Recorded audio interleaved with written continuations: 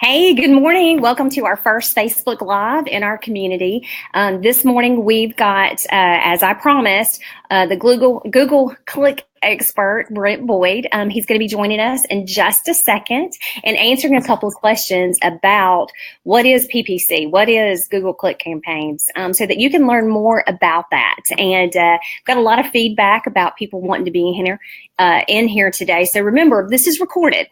And you'll be able to access this anytime that you want to come back into our community. You don't have to worry about me emailing it to you. It's going to be there for you.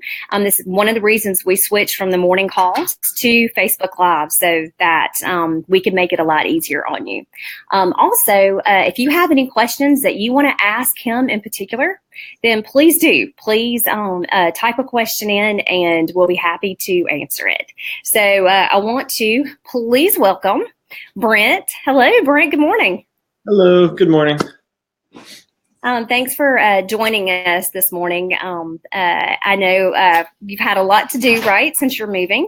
So I'm excited that you could share some of your expertise with us today.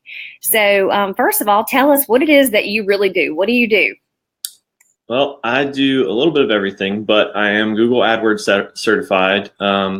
So I've had about 6 years experience with Google AdWords, SEO optimization, do video photography. So kind of anything and everything involved with online world. Okay, good. So what are you seeing the trends with right now? Like, what is Google Click, first of all? So Google Click, there's a couple different versions of it. Google's the primary one, but I mean, you can do through Bing and other search networks as well. But really the trend is going, Google's getting extremely smart. So it kind of ties into, you really need to have a really strong SEO foundation as well as your click. And they actually take into account how good your website is and what the user experience is like. And that can actually affect your click word or your AdWords. So essentially, pay-per-click is you find a set of keywords that you want to show up for in results. And that's going to be those first like 4 or 5 results that you see on top of like a Google search. There'll also be some on the bottom for really popular words. But you will pick your set of keywords and you'll design an ad around those. And what you're doing is you're essentially bidding against all competitors that also want that keyword. Okay. And depending on a piece of ownership on that, right? Yes. But you're kind of at the mercy of Google and your budget as to how and when you show up for those types of words. So even if that's kind of where Google's getting smart. So even if I pay $5 and my competitor pays $4.50, you would think I would immediately get the #1 spot over them. But that's not the case. Google's actually reading their website and seeing, well, the one that's paying $4.50 is giving a better user experience to use, so we're going to give them preference and put them in first. So there's a lot of constantly moving pieces to it. Okay, so maybe it's not so much about keywords on your website anymore as it is user experience and value? Well, it does need keywords. As far as like putting in keyword descriptions, that's not necessarily as important anymore. Google is actually reading your content. So they want to know that it's naturally in there and that people aren't doing like the old-fashioned kind of keyword stuffing and manipulating the SEO title tags and things of that nature. Okay, so that I guess would be a good tip then. And really, you're doing all of this to try to drive traffic to your website, right? Correct. So there are a lot of real estate agents and loan officers that don't do that, in particular to their own personal sites. Do you recommend that everyone do that? Like each person do that individually?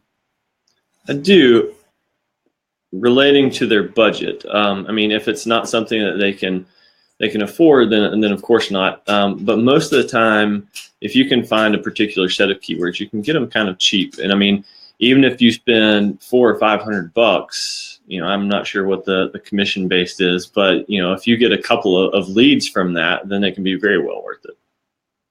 Okay, so you just have to make sure that your website is optimized for actually getting and converting leads, right? Yes, and you want it to be very easy for them to get there, and then give them a very quick kind of hit of information, and then they need to have a call to action. And the call to action, really, I prefer anywhere from 3 to 5 form fields. I mean, when you go to getting in like the 6 to 10 fields that they have to fill out for a form, people in today's world, they're just going to close out of it. They don't want to go through the time to actually answer those couple extra questions.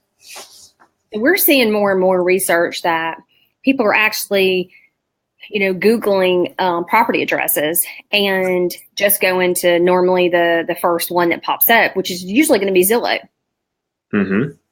I will say from my experience recently, just having moved, that's exactly what happens.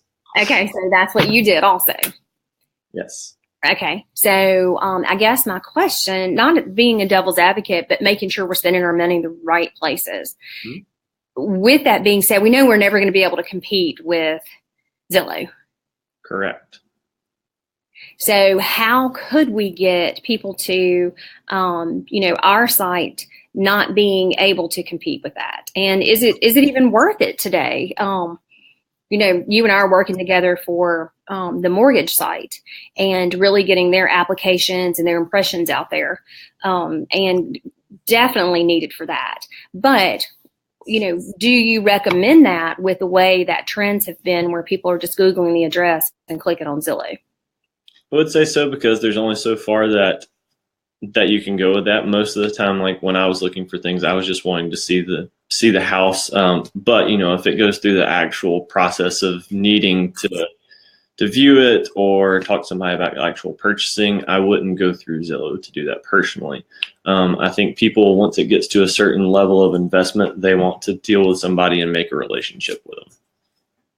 Okay, so they're just you're thinking that that's just a tool to be able to see the photos and to be able to see the house itself.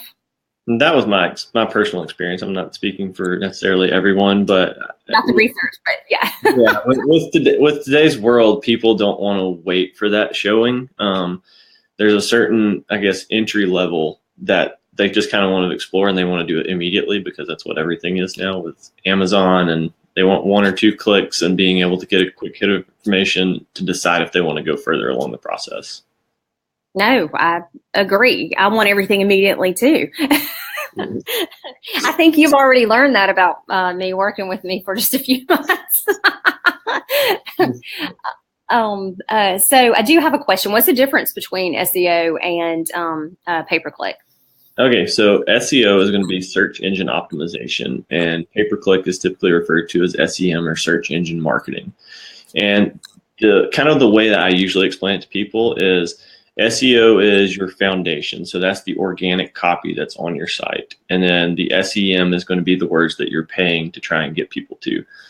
Usually I use kind of the analogy. So if you have an injury of some sort and the SEO is going to be actually fixing the problem. So that's going to be getting treatment. So say like you break your foot, that's actually going and having a cast put on and getting it reset.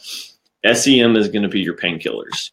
So if I break my foot, I know it's a weird analogy, but so if I break my foot and I don't fix the key problem, but I just, I take the painkillers, which is the SEM. So if your traffic's low and you just start throwing money into it, your traffic's going to go up and you're going to start getting more leads. But if you haven't fixed the foundational issues, as soon as you stop spending money, you're going to go right back to where you were. So typically I tell people, you work and get that foundation of SEO set and you fix the original problem. And then you start putting the money into the SEM. Because if not, like I said, you're just stuck and you're going to be required to keep spending more and more money as time goes on. Because if you stop, then all your traffic's going to disappear.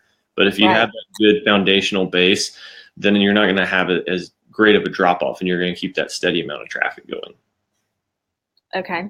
So do you recommend blogging for that, or,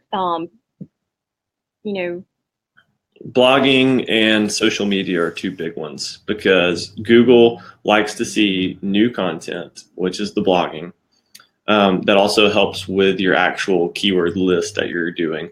And then social media. So your social media is going to play into it because Google takes into account like the number of links that you get, and even if those external links linking to your site are your own social media referrals, that plays a big role. Okay. All right, so agents, that's some excellent tips right there that you can easily, put your Facebook and Twitter and maybe LinkedIn, and that should help. What about video? Does it matter at all? Video can matter. You just have to do it properly. So you need really good descriptions and title tags for it. Okay. And then there are some parts where it's really in depth, and I don't think it's for everybody. You can actually transcript your videos, and that can actually play a little bit of role in your SEO because those transcripts are going to be searchable. I don't necessarily know if that's worth it for everyone because it is such a time-intensive process, though. Okay. All right. Well, and we do that for a lot of people. So it may be something that you want to consider putting on your site just because he did say it was great. So, or it could be. What do you think is a reasonable budget? Reasonable budget really determines on your set of keywords. Typically, I don't recommend anyone spending less than $300 a month on their actual spend, just because anything less than that, you're spending less than $10 a day.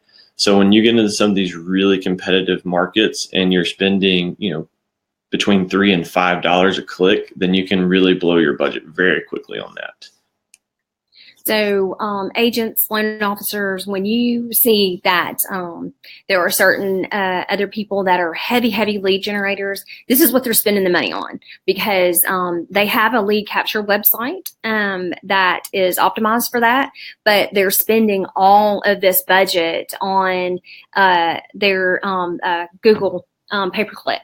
And that's what's getting people there. They're also spending money on Facebook ads as well to do that. So the spend can be on both, but this is the difference. This is when you hear about the teams that are spending lots of money, this is where it goes. So thank you for being here today. Is there any questions, y'all, that you have? And good morning. I saw someone type in. Any questions you have for him while you're here this morning about this topic? It's so important because this is the world of marketing and lead generation today. So I want to make sure that you're clear about the topic, and we've got him right. He stays super busy. So any questions at all, I'm going to give you just a second to type anything in. And I will say, that's for this particular field. A couple of clients that I've had in the past, they'll, which is funny, they've been some recent stuff, but they were a couple of rehab centers, and they spent anywhere from $10,000 to $15,000 a month. Yikes! Yes, they have very large budgets, so it's very scalable. But a lot of theirs were, they wanted to target the entire country. So when you're kind of trying to spread your budget that thin, you need a big budget for it. That is a huge budget. And luckily, you none of you will have to worry about any of that because you really just need to own your neighborhood. And that's one of the things that I actually have been hearing as far as trends is people are now searching in particular neighborhoods. So it's good for you to have money behind some of those keywords and not just like the bigger words like the city of your market, but the particular neighborhoods that you want to work and own would be good and probably cheaper.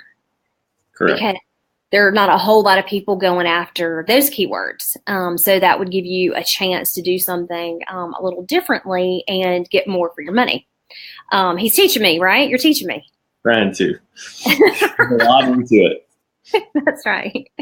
Well, good. If you have any questions, please type it in. Otherwise, I want to share with you that put some information out about a new texting service that we're going to be starting this week. We'll have more details about it later on this afternoon, and I'll keep putting it in our community. We're going to have as much of our stuff in Facebook community so that you can easily access it. Continue to check there every day for any updates. And we always have the back end of our website too. But I want to make sure that you get all the tips and services and everything that you need right in our Facebook community. So Brent, how can people reach you? You can email me or text me, either one. So my email is brent.s.boyd@gmail. And my phone number will be 205-913-7445. Great. So you can contact him if you would like to do some SEO on your personal site and get some traffic there so that you can convert those leads. And he'll look at it, analyze it, and give you the budget range. But he also recommended here that spending at least $300 to make sure that works for you. So remember, a website that's out there with no traffic is a business card online. You have to get people there so that you can actually get leads from it. They're probably not going to go and find you. You have to find them. So thanks so much for joining us this morning, and I'll be in touch with you. Awesome. Sounds good. Thanks. Thanks. Bye. Bye.